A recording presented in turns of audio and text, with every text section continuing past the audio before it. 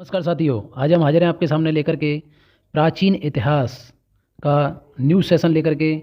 सबसे पहले वीडियो शुरू करने से पहले आप सभी का हिंदुस्तानी गुरुकुल चैनल पर स्वागत है। बहुत बहुत स्वागत है। उम्मीद है आप सभी कुशल होंगे, अच्छे होंगे, स्वास्थ्य की दृष्टि से आप भी एकदम स्वस्थ होंगे। चलिए शुरू करते हैं आज का सेशन। और सेशन शुरू करने से पहले आप सभी से एक विनम्र अनुरोध है कि आप हिंदुस्तानी गुरुकुल चैनल को सब्सक्राइब करें, लाइक करें और शेयर करें। चलिए शुरुआत करते हैं आज के हमारे बेहतरीन टॉपिक की, जिसका टाइटल है प्राचीन इतिहास। और इसमें हम पाषाण काल भी देखेंगे कि पाषाण काल में क्या क्या रहा, किस तरीके से व्यक्ति ने अपना विकास किया। इसकी 3 स्टेजेस के बारे में हम देखेंगे। प्राचीन इतिहास में हम आज एक ये चैप्टर जो है वो इंट्रोडक्शन के तौर पे हम करने जा रहे हैं। चलिए शुरुआत करते हैं। इतिहास का जनक हेरोडोटस को कहा जाता है। जैसे कि लिखा हुआ है हिस्ट्री क्या है, तो हिस्ट्री की अगर हम बात करें तो सर्वप्रथम हिस्ट्री के बारे में हेरोडोटस ने बताया था। इनका नाम क्यों लिया जाता है? क्योंकि इन्होंने क्या किया था, ये इतिहासकार थे और इन्होंने घटनाओं को व्यवस्थित रूप में दर्ज किया। घटनाओं को व्यवस्थित रूप में इन्होंने दर्ज किया अपनी पुस्तक हिस्टोरिका में। इनकी पुस्तक का नाम है हिस्टोरिका।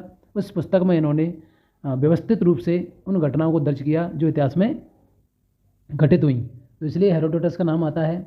दूसरा पूछ लिया जाता है कभी कभी कि इनके जन्म के बारे में, तो इनका जन्म हुआ था 484 BC, यानी ईसा मसीह के जन्म से लगभग 484 साल पहले। और इनकी मृत्यु हो गई 425 वर्ष पहले ईसा मसीह के जन्म से। और ये निवासी थे मित्रों यूनान के। चलिए नेक्स्ट चलते हैं। इतिहास के स्रोत। अगर मैं हिस्ट्री के सोर्सेज की बात करता हूँ तो इतिहास के बारे में पता कैसे चलता है, तो इतिहास के बारे में सबसे जो महत्वपूर्ण स्रोत है प्राचीन इतिहास के बारे में वो है अभिलेख। जो इंस्क्रिप्शन होते हैं, जो शिलालेख होते हैं, जो राजा महाराजाओं ने आपने सुना होगा अशोक के अभिलेखों के बारे में।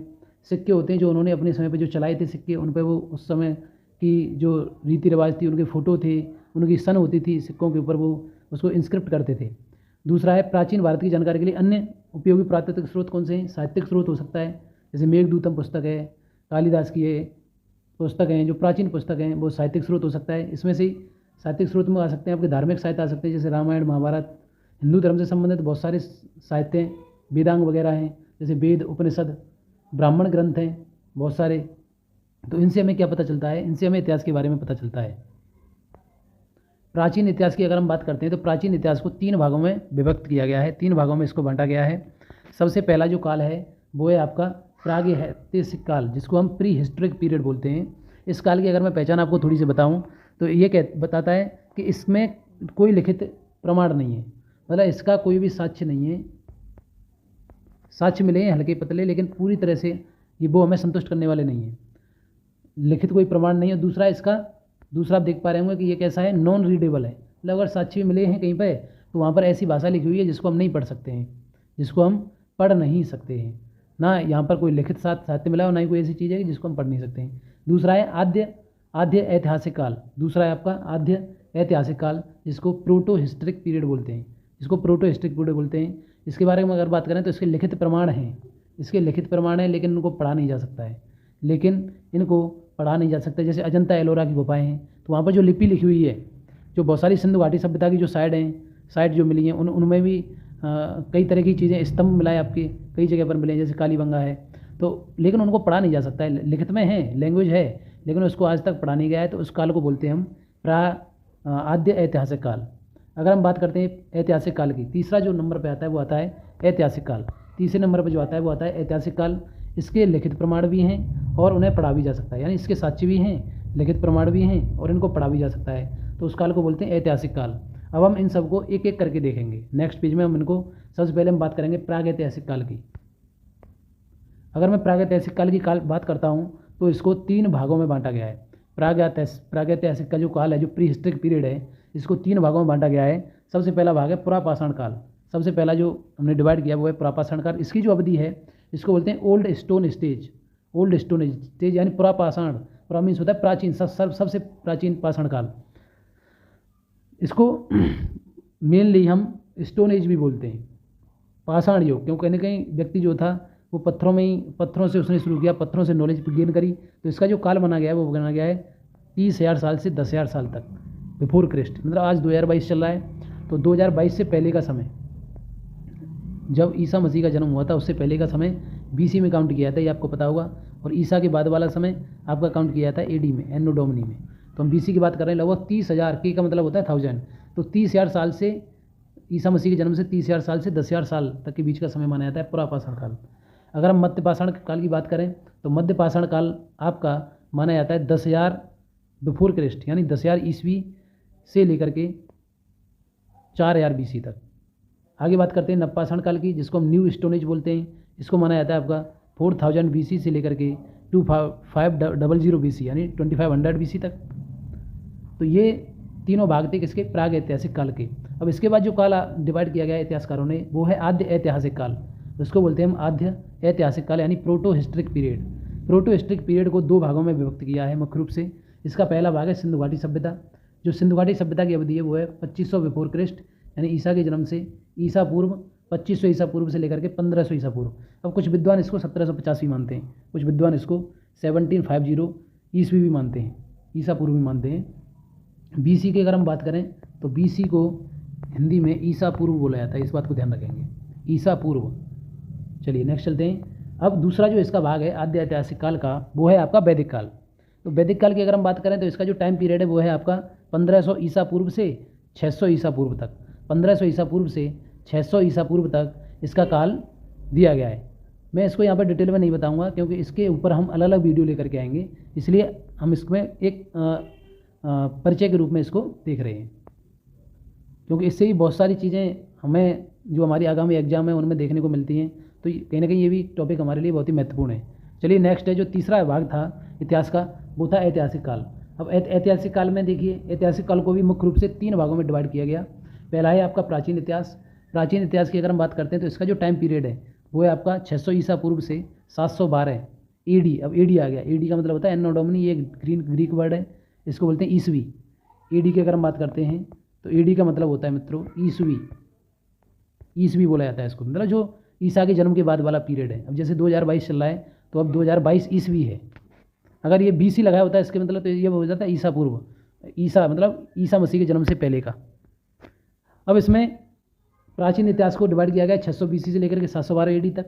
इसके बाद मध्यकालीन इतिहास को डिवाइड किया गया 712 AD से 1707 तक। अब मैं बताऊंगा इसमें कौन कौन सी घटनाएं भी हुई, ये बताऊंगा आपको कि ऐतिहासिक काल में जिसका हमारे पास रिकॉर्ड भी है, प्रमाण भी है, साक्ष्य भी है और इसको हम पढ़ भी सकते हैं। तो ये सारी चीज़ हम इसमें डिस्कस करेंगे, बताएंगे कौन कौन सी चीज़ें हम आगामी वीडियोज़ में डिस्कस करेंगे हिस्ट्री की। आगे चलते हैं, इसका जो थर्ड पार्ट है वो है आपका आधुनिक इतिहास, यानी मॉडर्न हिस्ट्री। मॉडर्न हिस्ट्री की अगर हम बात करते हैं तो ये 1707 से लेकर के 1947 या फिर अब तक, मतलब आज का भी जो समय है वो आधुनिक इतिहास में भी आता है। मुख्य रूप से अगर हम देखते हैं इसमें तो 1707 से लेकर के 1947 तक जब हमारा देश स्वतंत्र हुआ था, उस समय का जो पीरियड है उसको हम बोलते हैं आधुनिक इतिहास। चलिए अब हम इनको एक एक करके देख लेते हैं। प्राचीन इतिहास की अगर मैं बात करता हूँ तो प्राचीन इतिहास में हम देखेंगे सबसे पहले पाषाण काल देखेंगे, दूसरा हम देखेंगे इसमें वैदिक काल, तीसरा हम इसमें देखेंगे सिंधु घाटी सभ्यता। सिंधु घाटी सभ्यता से रिलेटेड जो भी टॉपिक होंगे वो कवर करेंगे। महाजनपद इसमें देखेंगे, मगध साम्राज्य के बारे में जानेंगे, मौर्य काल जानेंगे, मौर्योत्तर में यानी मौर्य काल के बाद में क्या कौन सी घटना हुई जो गुप्त काल से पहले हुई थी। इसके बाद में हम देखेंगे गुप्त काल, जो गुप्त वंश आया उससे संबंधित और भी इसके बीच में जितनी भी छोटी मोटी घटनाएं उन सारी चीज़ों को कवर करेंगे। उसके बाद उत्तर भारत का इतिहास हम देखेंगे, पूर्व मध्यकालीन भारत का इतिहास देखेंगे, यानी जो पूर्व मध्यकालीन है, मध्यकालीन भारत का इतिहास, मध्य के समय जो भारत का इतिहास था इससे पहले का इतिहास भी हम इसमें डिस्कस करेंगे प्राचीन इतिहास के अंदर। चलिए नेक्स्ट चलते हैं। नेक्स्ट है हमारा मध्यकालीन इतिहास। मध्यकालीन इतिहास की अगर हम बात करते हैं तो इसमें मुख्य रूप से 4 चीज़ें स्मरणीय हैं। सबसे पहला है अरब आक्रमण, यानी भारत पर अरब आक्रमण क्या हुआ, अरब आक्रमण कब हुआ, क्यों हुआ और लोगों ने किस तरीके से भारत को अपने लूट के लिए उपयोग किया। इसी तरह से लूट के उद्देश्य से तुर्क आक्रमण हुआ, इसी तरीके से लूट के उद्देश्य से सल्तनत काल की स्थापना होती है, कुतुबुद्दीन ऐबक आता है, आपको पता होगा। मुगल काल में बाबर शुरू करता है 1526 के बाद। तो ये सारी चीज़ें हम देखेंगे। सल्तनत काल का पीरियड हम देख लेते हैं, 1207 AD से लेकर के 1526 तक है। इसके बाद मुगल काल का पीरियड अगर हम देखते हैं तो 1526 में बाबर आ जाता है। उसके बाद स्वतंत्रता संग्राम जो होता है 1857 का, क्रांति जो होती है उस तक होता है आपका मुगल काल। उसके बाद मुगल वंश का पतन हो जाता है, अंग्रेजों का आगमन हो जाता है। तो ये सारी चीज़ें हम डिटेल में देखने वाले हैं। इसके बाद अगर हम बात करें तो आधुनिक इतिहास में, आधुनिक इतिहास की अगर हम बात करें तो ये मराठा साम्राज्य हम इसमें देखेंगे, कहीं ना कहीं ये आधुनिक इतिहास में आता है। मराठा साम्राज्य हम देखेंगे अकबर के समय के बाद में, ज़्यादातर शिवाजी के समय, तो वो सारी चीज़ें हम इसमें डिस्कस करेंगे। दूसरा धार्मिक सूफी आंदोलन जो चले समाज को सुधारने के लिए, बहुत सारी कुरीतियाँ समाज में फैली हुई थी, उसके लिए कई सी चीज़ें लोगों ने आंदोलन करे, तो इससे संबंधित हम चीज़ें देखेंगे डिटेल में। विदेशी शक्तियों का आगमन होता है, अंग्रेज आते हैं अपने यहाँ, फ्रांसीसी आते हैं, डच आते हैं, सबसे पहले पोर्चुगीज आते हैं, उसके बाद फ्रांसीसी आते हैं, उसके बाद 1600 में अंग्रेज आते हैं। तो सारी चीज़ हम डिटेल से डिस्कस करने वाले हैं। इसके बाद हम 1857 की क्रांति के भी बारे में देखेंगे। मंगल पांडे जिनको इसका सूत्रधार माना जाता है। दूसरा हम इसमें देखेंगे आपका सामाजिक आंदोलन हुए, इस तरीके से समाज में जो व्याप्त कुरीतियाँ थी, पर्दा प्रथा हो गई, आपकी सती प्रथा हो गई, बाल विवाह हो गया, तो इस सब से संबंधित हम चीज़ें डिटेल में डिस्कस करेंगे। दूसरा ब्रिटिश गवर्नर, कौन कौन से अंग्रेज गवर्नर यहाँ पर आए, उन्होंने कौन कौन से कार्य किए भारत को नष्ट करने के लिए। दूसरा आज़ादी के लिए संघर्ष देखेंगे हम, जो हमारे वीर सपूत हैं, जो देश के लिए अपनी जान दे गए, ऐसे अनेक वीरों के बारे में बात करेंगे। किस तरीके से उन्होंने रणनीति अपनाई, देश को स्वतंत्र कराने के लिए अपनी जान की बाजी लगाई, इस तरह की चीज़ें हम इसमें देखेंगे आधुनिक इतिहास के अंतर्गत। अगर मैं थोड़ा सा, जैसे हमने पाषाण युग आपको बताया था, तो उसका भी मैं इसमें लेकर के आया हूँ डिटेल। पाषाण युग की अगर हम बात करते हैं तो पाषाण युग को मुख्य रूप से 3 भागों में डिवाइड किया गया था। प्राग ऐतिहासिक काल आपके सामने है। इसका जो ईयर माना गया है वो है आपका 30,000 BC से लेकर के 10,000 BC तक, यानी 30,000 ईसा पूर्व से लेकर के 10,000 ईसा पूर्व तक जो पाषाण युग का जो फर्स्ट पार्ट है वो है प्राग ऐतिहासिक काल। अगर इसकी हम बात करें तो इसमें क्या क्या हुआ। पत्थर का प्रयोग, जैसे पत्थर के औजार, पत्थर का प्रयोग किया गया, पत्थर के औजार बनाए गए इस समय, इसलिए पत्थर के रूप में इसको पाषाण बोल दिया जाता है। पाषाण युग था क्यों, कहीं ना कहीं जो साक्ष्य मिले वो पत्थर से रिलेटेड मिले, इसलिए इसको हम पाषाण युग बोल देते हैं। दूसरा, गुफाओं में व पेड़ों के नीचे निवास, जो मानव था उसने गुफाओं में या पेड़ों के नीचे निवास किया, खुले में रहने लग गया, गुफा बनाई उन्होंने पत्थरों में जहाँ भी सूटेबल हो सकता था। उसके बाद में आग के बारे में खोज हुई, उसके बारे में ज्ञान प्राप्त किया। अगर हम बात करते हैं दूसरा जो महत्वपूर्ण जो घटना हुई इसमें, वो होता है हिमयुग। हिमयुग की बात करें तो पृथ्वी के ऊपर ये जो टेम्परेचर होता है, जैसे कि मैंने मेंशन किया है, कोई भी भूगर्भिक काल जिसके दौरान मोटी बर्फ़ की चादरें भूमि के विशाल क्षेत्रों को कवर करती हैं, और ये कहीं ना कहीं हर युग में आता है हिमयुग। इसका अंत जो हुआ था उस समय वो हुआ था 11,000 बिफोर क्रिस्ट, यानी 11,000 ईसा पूर्व में इसका अंत हुआ था। चलिए नेक्स्ट चलते हैं। दूसरा जो टाइम पीरियड आता है पाषाण युग का, वो आता है मध्य पाषाण काल। मध्य पाषाण काल की अगर हम विशेषताओं की बात करें तो इसमें शिकार करना प्रारंभ कर दिया था मानव ने अपने भोजन के लिए, क्यों, कहीं ना कहीं उसने पत्थर का आविष्कार कर लिया था, औजार थे उसके पास, तो उसने शिकार करना प्रारंभ कर दिया था। दूसरा, इससे रिलेटेड एक और तीर कमान का आविष्कार किया था उसने, क्योंकि कहीं ना कहीं उसको असुरक्षा महसूस हो रही थी जानवरों से, तो इसलिए उसने क्या किया, तीर कमान का भी आविष्कार किया ताकि वो अपनी सुरक्षा कर सके और शिकार भी कर सके। तीसरी जो घटना हुई इसमें वो हुआ था पशुपालन शुरू किया। इसमें जो मानव है वो पशु पालने लग गया, उसने सबसे पहला पशु कुत्ते को पाला था। ये बहुत महत्वपूर्ण क्वेश्चन मैं बता रहा हूँ आपको। दूसरा जो पशु पाला उसने, वो पाला था आपका घोड़ा। इसके जो साक्ष्य मिलते हैं वो मिलते हैं आदमगढ़ MP से, आदमगढ़ MP से आपको ये साक्ष्य मिलते हैं, इस बात को विशेष ध्यान रखेंगे। नेक्स्ट चलते हैं नवपाषाण युग। जो नवपाषाण युग में कौन कौन सी घटना हुई, इसका जो टाइम पीरियड माना जाता है वो माना जाता है 4,000 बिफोर क्रिस्ट टू 2500 BC, यानी 4,000 ईसा पूर्व से लेकर के 2500 ईसा पूर्व तक इसका काल माना जाता है। उसके बाद सिंधु घाटी सभ्यता आ जाती है।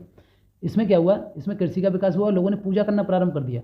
लोग प्रकृति पूजा को बन गए, पेड़ों की पूजा करने लगे, पृथ्वी की पूजा करने लगे। जैसे आपने देखा होगा हम सूर्य को अर्घ देते हैं, तो लोगों के अंदर ये चेतना विकसित हुई कि भाई ये जो सूर्य है ये हमको कहीं ना कहीं टेम्परेचर दे रहा है, हमारा जीवन विकसित कर रहा है, तो लोगों ने पूजा प्रारंभ कर दी। हड्डियों से बने हथियार लोग यूज करने लगे। पहले वो पत्थरों का उपयोग करते थे, उसके बाद में वो हड्डियों से बने हुए आपके जो हथियार हैं वो यूज करने लगे। इसके अगर हम साक्ष्य की बात करते हैं तो ये बिहार में मिलता है, बिहार में इसके साक्ष्य मिलते हैं।